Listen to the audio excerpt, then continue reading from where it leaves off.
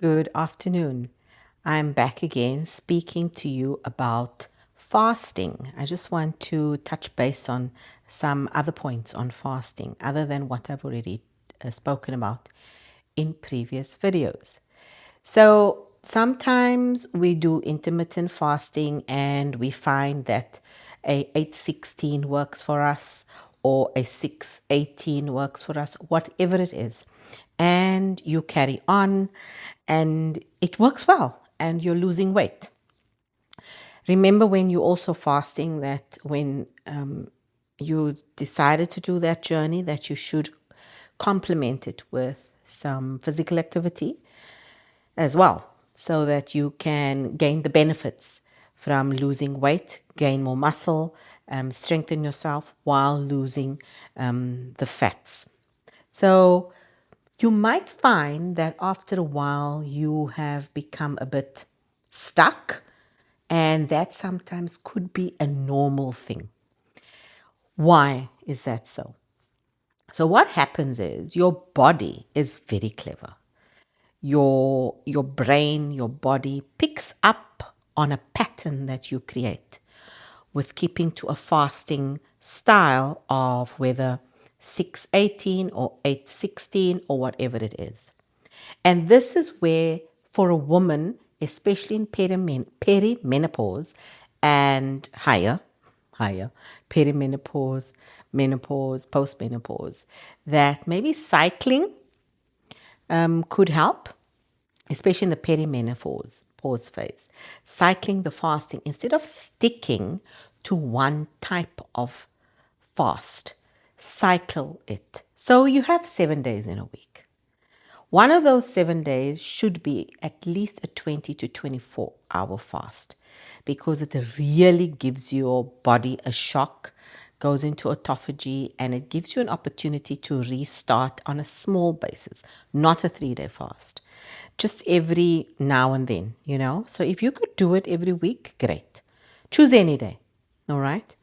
Then out of those days as well, choose yourself to have a normal day, all right, where you can just know, not what we call pig out, not forget the simple rules, but wake up in the morning, have a breakfast, know the order of food, eat still in those simple rules, and go to sleep, have your last meal at sunset, and then you fast the next day from that time until the next day. So those are two. Then you're left with 5 days. And what you could do is you could do an 8:16, an 8:16, and you could put in a 12 as well here in the middle. Or you could do 8:16, 12, 8:16, 12, 8:16. So you're doing an 8:16 day and a 12:12, and an 8:16 and a 12:12. And change it around, so that you don't get into a rhythm that your body learns. And then what it does is it says, oh, she's going to fast like this now for another month or 2 months.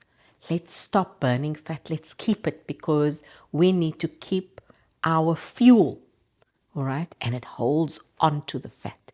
This is what your body does. But now when you are going between these various fasts, 24, normal day, 12, 12, 12, 16, 8, 12, 12, etc., for 7 days and different ways every week, you are making your body quite resilient to switch between fat burning mode and glucose burning mode.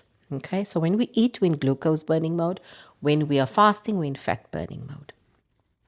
So you then become more agile, flexible in your response to the surroundings. Your body is saying, oh, she's not eating, so let's burn some fat for fuel, not hold on to the fat. When you eat, they'll say, oh, okay, so she's giving me some sugars here, some glucose. We can use that for fuel. And it will burn the glucose. And it switches between those two modes, between fasting and feeding. So this is just me giving you a bit of a tip what you can do. I found that it's worked for me. So if you think you're stuck when it comes to the fasting, Try the cyclical fasting, and if you want to learn more about it, I always share this and I say, please go to Dr. Mindy Pals. She speaks about it on her podcast. She has it in her books. I follow her because she's the hormone and fasting guru for me.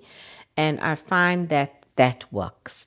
So this is just me sharing with you what you can do when you become stuck in your fasting so that you can live longer, stronger, healthier lives for longer.